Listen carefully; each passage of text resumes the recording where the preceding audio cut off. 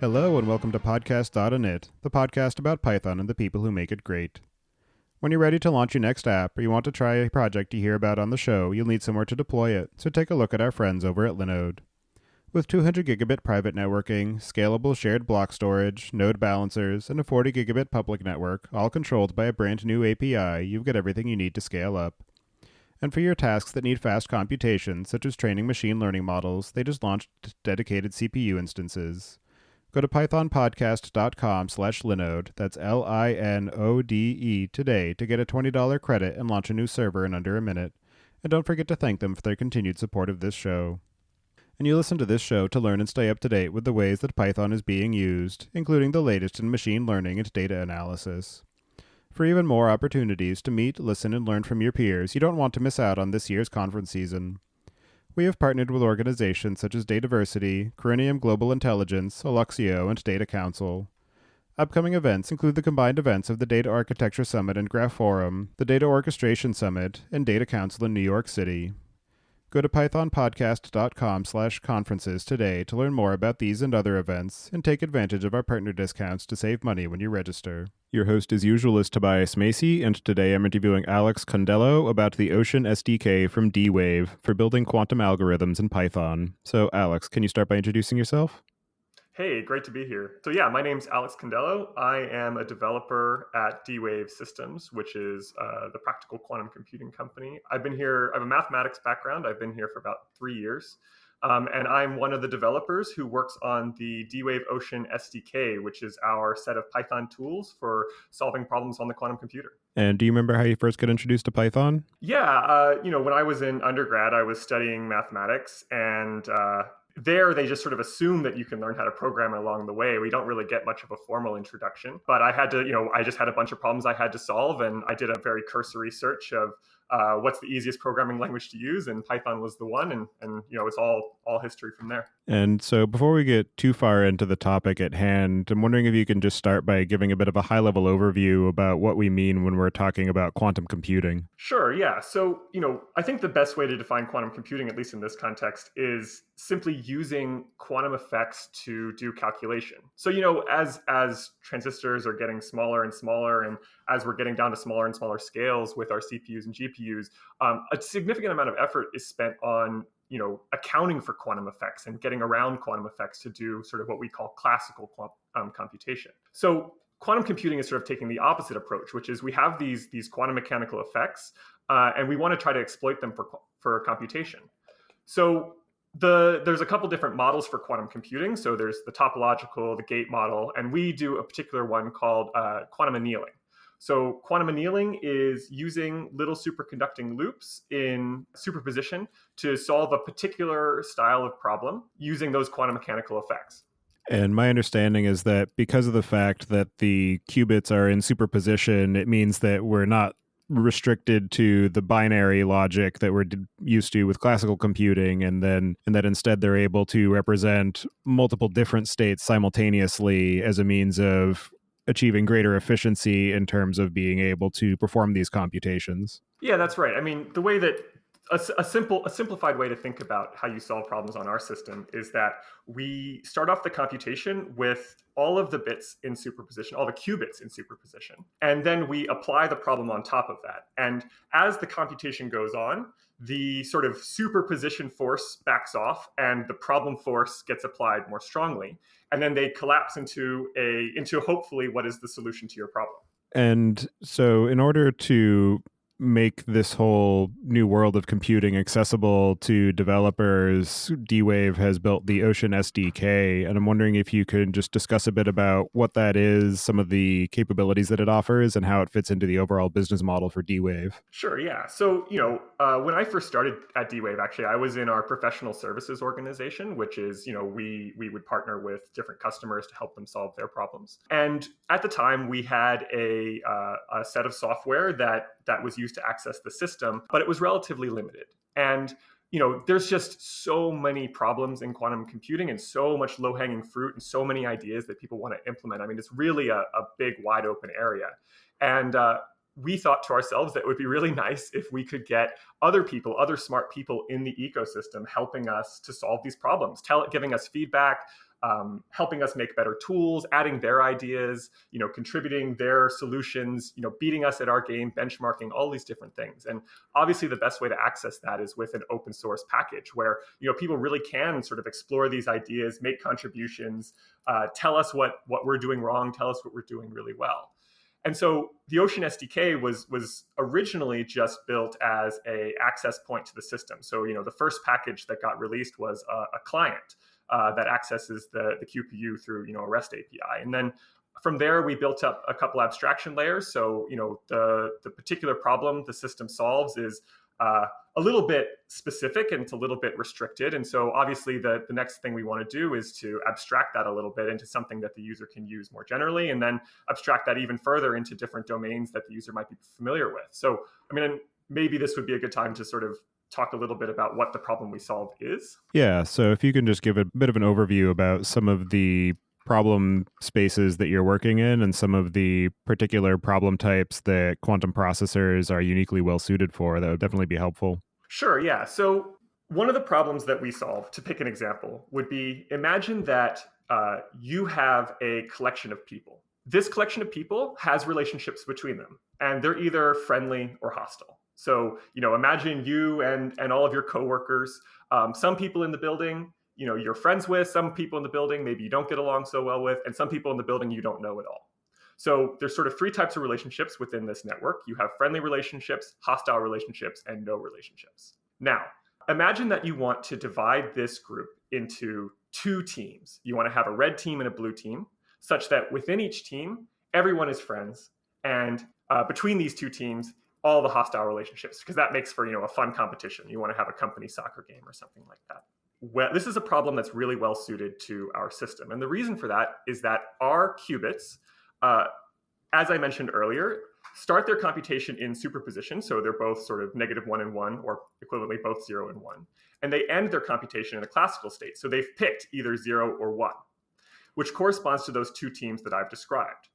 The other thing that is important to understand about our qubits is that they're connected pairwise. So one qubit has a relationship with another qubit, but there's no sort of three-way relationships. I don't have relationships between three qubits, which corresponds to our social network that I described before, where I'm friends with you, but I'm not so much friends with this other person. So fundamentally pairwise relationships. And at the end of it, you want to minimize the number of violations to a rule. So I want to pick an answer such that I have as few violations, I have as few hostile relationships within my team and as few friendly relationships across teams as possible. So that is about the most classic problem that you can put on our system that you could imagine. Wow, this is really hard to do without a visual. Obviously describing this, over an audio format is kind of tricky. So what I would really encourage everyone to do is go check out Leap, which is our online platform for solving these sorts of problems. You can go to Leap and you can click through one of our demos, which shows this problem I just described. And it uses Romeo and Juliet as the signed social network in the problem. And I'll add a link to the show notes for anybody who does want to click through and explore that a bit more. And so one of the other things that I'm curious about is how the overall system design for a quantum computer compares to the traditional von Neumann architecture that we're all familiar with from our laptops and desktops, and just some of the ways that manifests in terms of how you interact with it. Sure. I think one of the best models you can use for understanding how we interact with the system is that it's much more of a co-processor than anything else. So you can think of it as a GPU in the sense that when I'm solving a problem on the system, I am always starting with it, solving it just the way I normally would. I start with a regular Python program or whatever your language of choice is. I'm using an existing architecture. I have some existing workflow that I'm using, and I'm simply trying to extract a hard kernel, some particularly difficult job out of this problem, some particularly difficult subcomponent out of this problem, and submitting that to the quantum computer. So, the whole game of the D-Wave Ocean SDK is to plug into your existing workflow and help you extract that particular hard problem, put it into a form that the quantum computer can understand, and then dispatch it to the quantum computer. This is, there's no concept, at least not right now, of a quantum computing operating system or anything like that. It really is it's much more like an analog computer where you're taking this problem and you're massaging it until it fits on the system, and then you're submitting it where it gets translated into analog waveforms and finally dispatched to the system. And so in some ways, the idea of how you would use the quantum processor is probably in a Python context using it in some form of celery task, for instance, where you have your particular long-running job that you want to execute, or you want to get an answer for a particular computation. And as part of that, it dispatches to the quantum processing unit and then gets a response back, at which point it's then able to continue on using your standard Python logic to be able to send that to whatever end user is requesting it or store it in a database, for instance. Yeah, that's exactly right. And in fact, you've kind of hit on the way that some of our our demos work is exactly that, where you're running a regular classical system, you're running a regular classical program, you're submitting jobs to the system, you're carrying on with whatever you were doing, and then you're getting the response back and feeding that into your overall calculation. So similar approach to what somebody might be turning to CUDA for, as far as being able to parallelize across multiple cores in a GPU. In this case, you're just sending it off to the QPU for a different type of compute optimization. That's right. And we don't really have a concept right now of sort of parallel quantum computing, although I would love to see someone try to use multiple quantum computers at the same time, just because it's an interesting project. But it's exactly the same idea, where you're taking some particular nugget and sending it off. And so for somebody who is developing the logic for being dispatched to the quantum computing unit, I'm wondering what are some of the differences in terms of algorithm design that they should be aware of, and any necessary context that they should have for being able to make sure that they are making as efficient use of the QPU as possible. Sure. Yeah. I mean, I think the first thing to understand is that when you're submitting a problem to the QPU, you're not really submitting a program. You're submitting a problem to be solved. So it's much more like doing a linear programming or mixed integer linear programming, that kind of thing, where you are constructing a particular problem, specifically a particular energy equation, and the quantum computer is returning solutions to that energy equation. So it's not so much that you're compiling down to a sequence of steps that have loops and structures and functions and a set of transforms that are being applying. It's simply dispatching. It's building it. It's boiling it down to one problem that hopefully encodes your entire program into that problem. So if you imagine, say, you want to do factoring on the system, we always get asked about factoring. Instead of sort of trying all the different possible factors, say, which would be the brute force solution, the way that we actually solve this is we represent a multiplication circuit. We take the gates that would make up a multiplication circuit, and we encode those into this energy equation, and then we simply ask, what are the inputs that will match this output, and we dispatch that entire problem to the quantum computer, and it gives back hopefully solutions. The other thing that's really important to keep in mind when you're solving problems on the quantum computer is that it's fundamentally a probabilistic machine. It's not guaranteed to give you a good solution. It's sampling from a distribution defined by that energy equation. And so when it's not guaranteed that, I've just put my problem into something the quantum computer can understand, and I've dispatched it, and I've gotten back a solution that's guaranteed to be optimal. You have to potentially take multiple runs at the quantum computer. You might have to ask it to solve that problem multiple times. But this can also be a huge advantage, because if you're interested in, say, finding all of the solutions to a particular problem, each of those solutions has a certain probability associated with it. And by running the quantum computer multiple times, you can hopefully sample from all of those different solutions. And that also sounds a lot like some of the approach that you would take in a machine learning or a deep learning approach. And so I'm curious what your experience has been in terms of trying to apply some of those approaches to the quantum processor for being able to get the probabilistic outcome for some measure of data inputs. Yeah, I mean, so D-Wave has a pretty extensive machine learning research group.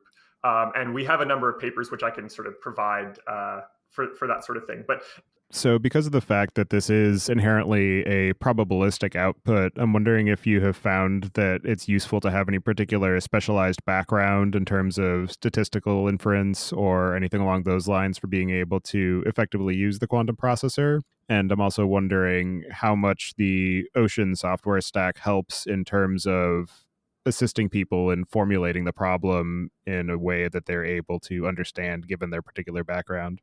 Sure. So one of the main ideas with the Ocean SDK is that it's kind of pick your own level of abstraction. So, the way that you ultimately end up interacting with the quantum computer is through a REST API. And the job that you submit to that REST API is about as close to a quantum machine instruction as we can reasonably put up. We really do try to make sure that all of the knobs that we have available on the quantum computer are available to the user. And when we, invent a new knob that you can turn on the system, we work very hard to get that available to the user as quickly as possible. So if you're a physicist and you have a physics background, you're more than welcome to interact with it at that level. And in that case, you might need a degree in physics. That said, D-Wave is trying to, is the practical quantum computing company. And we really want to make sure that it's available to all of the users. So to use the Ocean SDK, really the only background you need is a little bit of a Python background.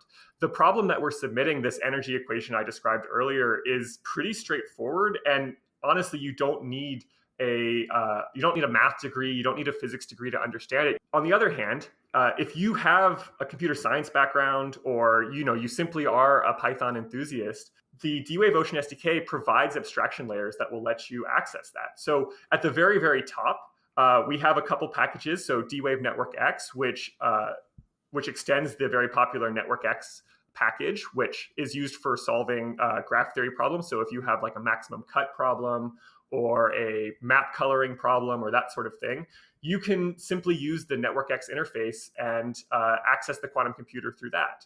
On the other hand, there's sort of an intermediate level where if you feel comfortable generating these energy equations, which I think anybody with a Python background would be able to do without any particular trouble, you can hit those directly. And so the Ocean SDK is built around the idea that we can handle different users with different backgrounds. And I'm wondering what the selection process looked like when initially developing the Ocean software stack and targeting Python, and if there were any particular requirements that Python met particularly well, and maybe what some of the other considerations happened to be at the time, or any other existing implementations for the SDK. Sure, yeah. I mean, when we were first starting to build the SDK, there was a question that came up, what are the different languages that we could hit? And, we considered a couple. Python is absolutely the obvious choice. So, right now, especially with machine learning and TensorFlow and all of that in Python really is where a lot of the scientific computing community lives. It's easy to understand. It's easy to use. You can install things. It runs across multiple operating systems. We're able to leverage the pip installer, which lets people get the Ocean SDK very easily. It's really it's a no-brainer to use Python because we can hit the most users and we can hit the user community that we want to hit the most, which are, curious people with who are interested in trying new and exciting things and interested without having to write, huge amounts of boilerplate in order to get there. They can get started right away. So digging deeper into that, can you talk through a bit about how the Ocean software stack is implemented and just some of the overall integration process for making sure that it works effectively with the QPU that it's targeting? Yeah, I mean, so most of Ocean actually is written as a pure Python stack. I mean, we simply, at the bottom, we have a relatively simple client that puts together a REST API call, doesn't use anything fancy to do that. There's a couple places where we have some hard computational tasks. And in that case, we're leveraging sort of the Python library to write some code in C and then, bind that into Python.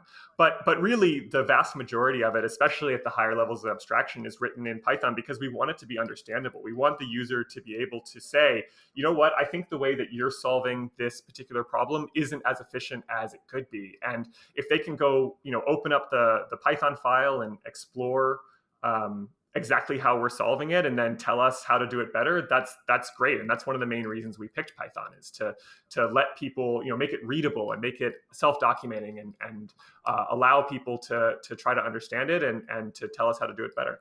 And I'm wondering what you have found to be some of the most interesting or challenging or unexpected aspects of your work on the Ocean software stack, as well as your experience of working with these quantum algorithms. Yeah, I mean, I think the most interesting thing has been what users want to try. I mean, when you come at the quantum computer with no background in quantum computing, most people want to throw whatever hard problem they have in front of them onto the quantum computer. And quantum computing is still relatively young, and it's not that every problem that you can solve goes sort of naturally onto the quantum computer. So I think the surprising thing has been how much success people have had solving their problem when I would have been like, no way, there's no way that'll work on the quantum computer. And then they come up with some clever trick, and they use some clever encoding and are able to get it on the system using our software. And it's really gratifying to see people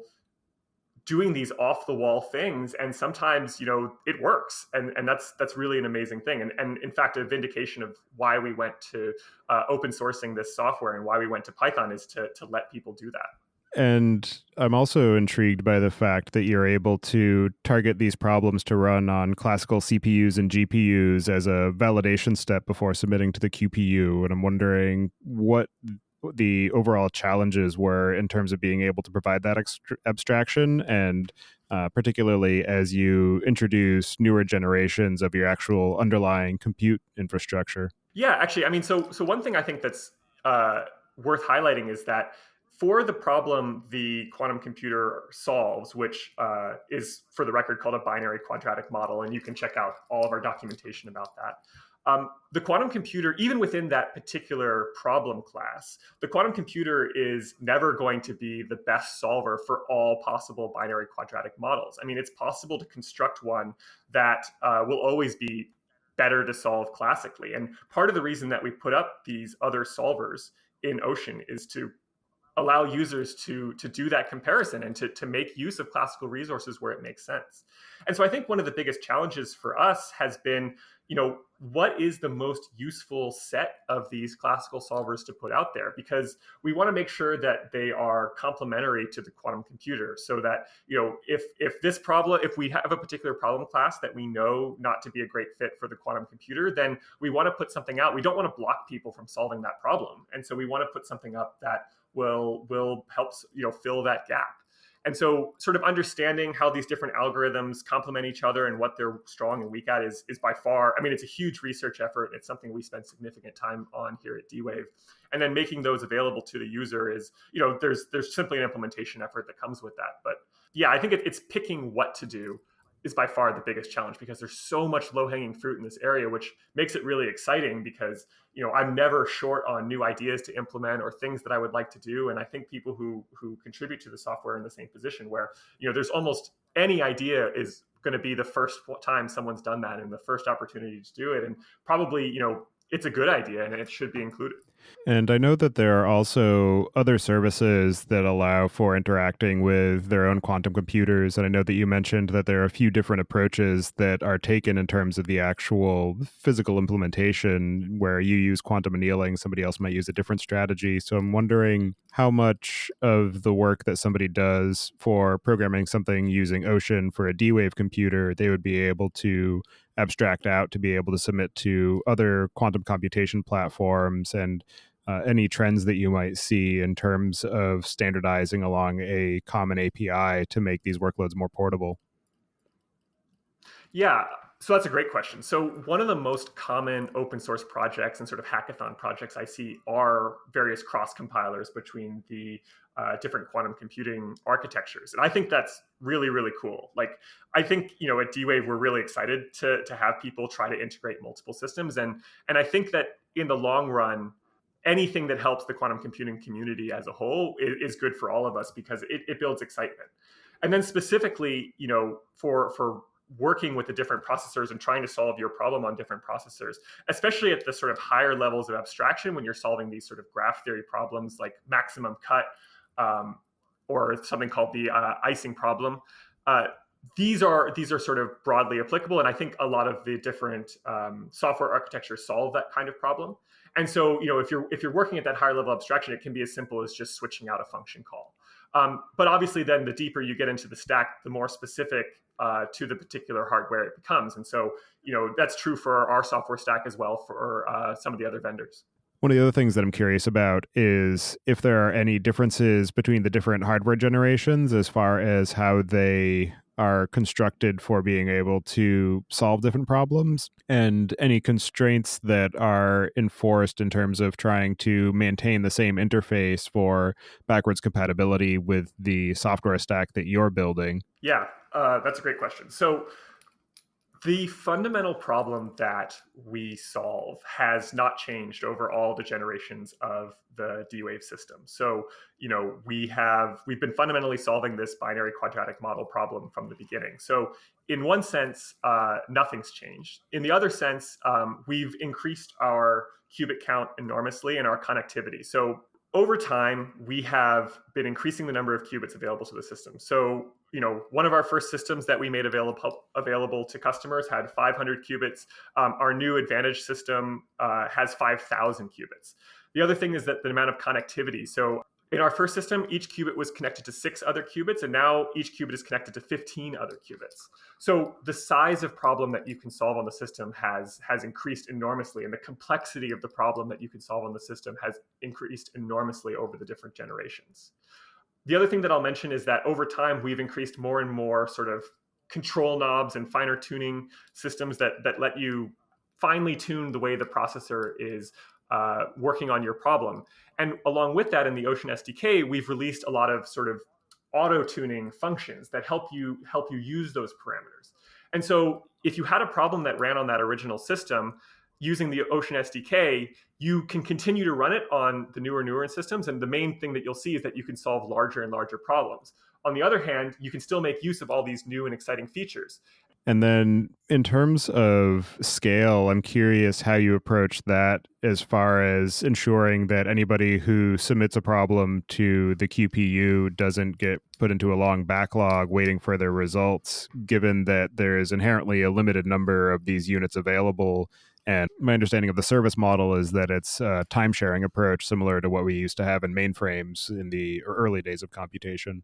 Yeah, sure. So D-Wave is a real-time computing platform. So, we have a couple QPUs that are online and publicly available in Leap right now. And when you submit a problem, it simply goes into a queue. And, we have the capability of scaling the number of QPUs that are available so that we can make sure that we're meeting demand. And then I'm also curious about some of the most interesting or innovative or unexpected ways that you've seen developers use the Ocean SDK and the quantum processors that you're exposing. And also, if you can talk a bit about the Leap platform that you've mentioned a couple of times and how that fits in with your overall product offerings. Sure. So maybe working backwards through that, the Leap platform is our online platform for training and accessing the quantum computer. So when you log into Leap, you will immediately get 1 minute of free time on the quantum computer. You'll be able to, see how much time you've used. You'll be able to access demos and different documentation resources. It's the one-stop shop for accessing the quantum computer. In terms of exciting applications that people have put on the system, I think one of the coolest ones is out of the Los Alamos National Labs. So before I mentioned this idea of when you're submitting a problem to the quantum computer, you are submitting a problem and it's simply giving you back an answer. You're not submitting a full program. I think one of the most unique ways that I've seen people to use the quantum computer is out of Los Alamos National Labs. There is a compiler that takes a restricted set of C code and will compile it into that problem that I described so that you can run it on the quantum computer. Now, this is done very inefficiently. The number of qubits you would need to encode even a relatively small C program is enormous. But nonetheless, I think this is a very, very cool and exciting and unique direction to take quantum computing.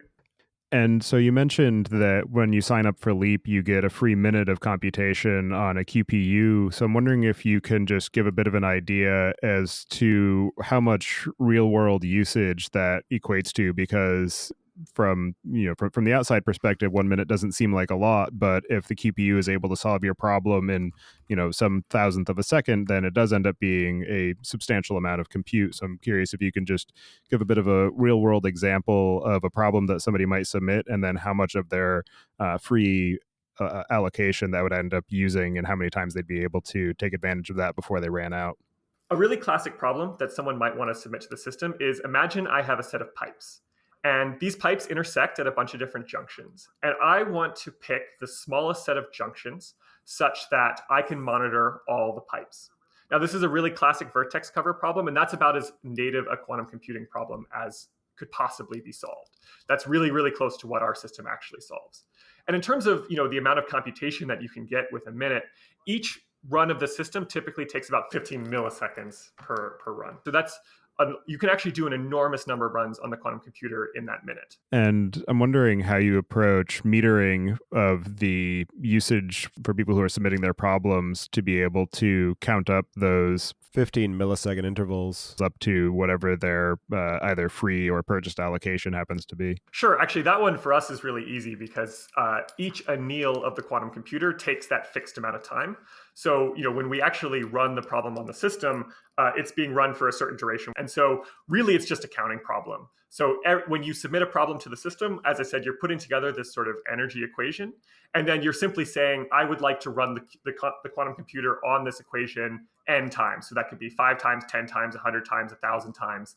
And we can just do the multiplication to do that. When you have that sort of free minute, we're not counting sort of the pre-processing time and the post-processing time that it takes to run on the system.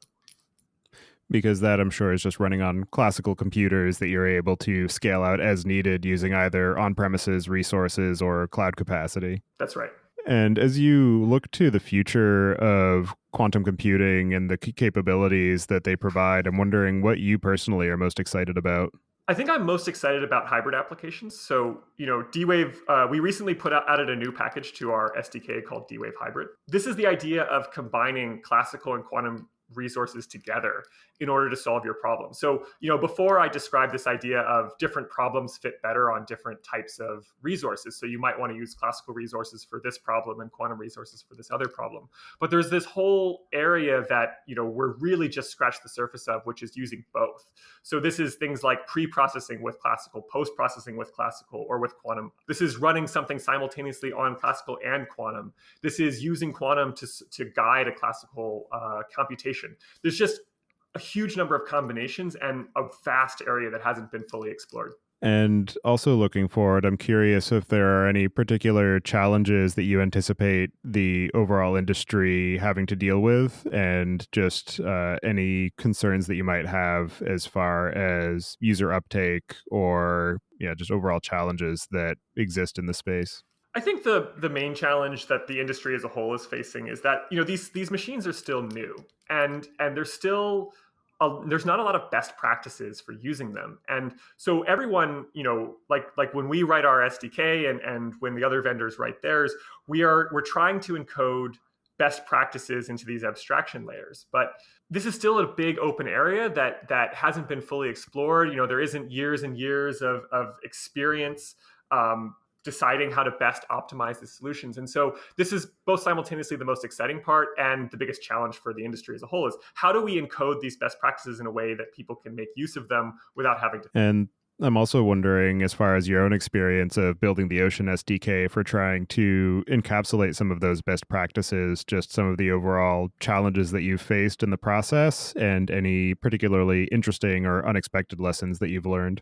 I think the most common lesson that we've learned is that people will do crazy things if you give them an interface.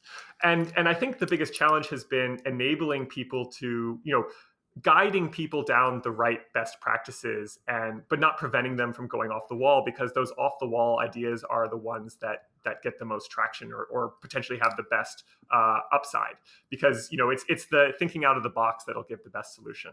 Well, for anybody who wants to follow along with the work that you're doing and get in touch, I'll have you add your preferred contact information to the show notes. And so with that, I'll move us into the picks.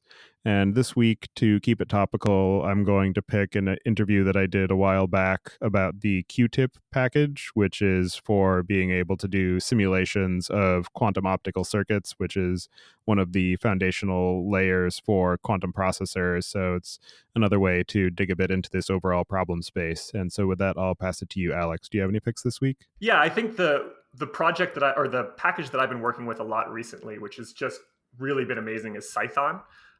We've been recently, you can check out some of the open pull requests in Ocean where we've been converting some of the underlying data structures into C. And I've been really digging into Python and understanding how that works, and it's just been amazing. It's a really cool library that solves a really important problem. And I think in the long run, as scientific computing is using Python more and more, it's going to be really important to be able to bind the performance of C with the usability of Python. Yeah, it's definitely an interesting package, and another one that I've had on the show in the past, so I'll add a link to that as well. But definitely heard of people doing some pretty amazing things with Python to be able to get some pretty incredible speedups. Well, thank you very much for taking the time today to join me and discuss your work on the Ocean SDK and the overall space of quantum computation. It's definitely an interesting area and one that I've been keeping an eye on, and I'm pretty excited to see some of the types of applications that it unlocks as we continue to progress down this road. So thank you for all of your time and effort on that, and I hope you enjoy the rest of your day. It's been a pleasure. Thanks so much. Thank you for listening. Don't forget to check out our other show, the Data Engineering Podcast, at dataengineeringpodcast.com for the latest on modern data management. And visit the site at pythonpodcast.com to subscribe to the show, sign up for the mailing list, and read the show notes. And if you've learned something or tried out a project from the show, then tell us about it. Email hosts@podcastinit.com with your story. To help other people find the show, please leave a review on iTunes and tell your friends and coworkers.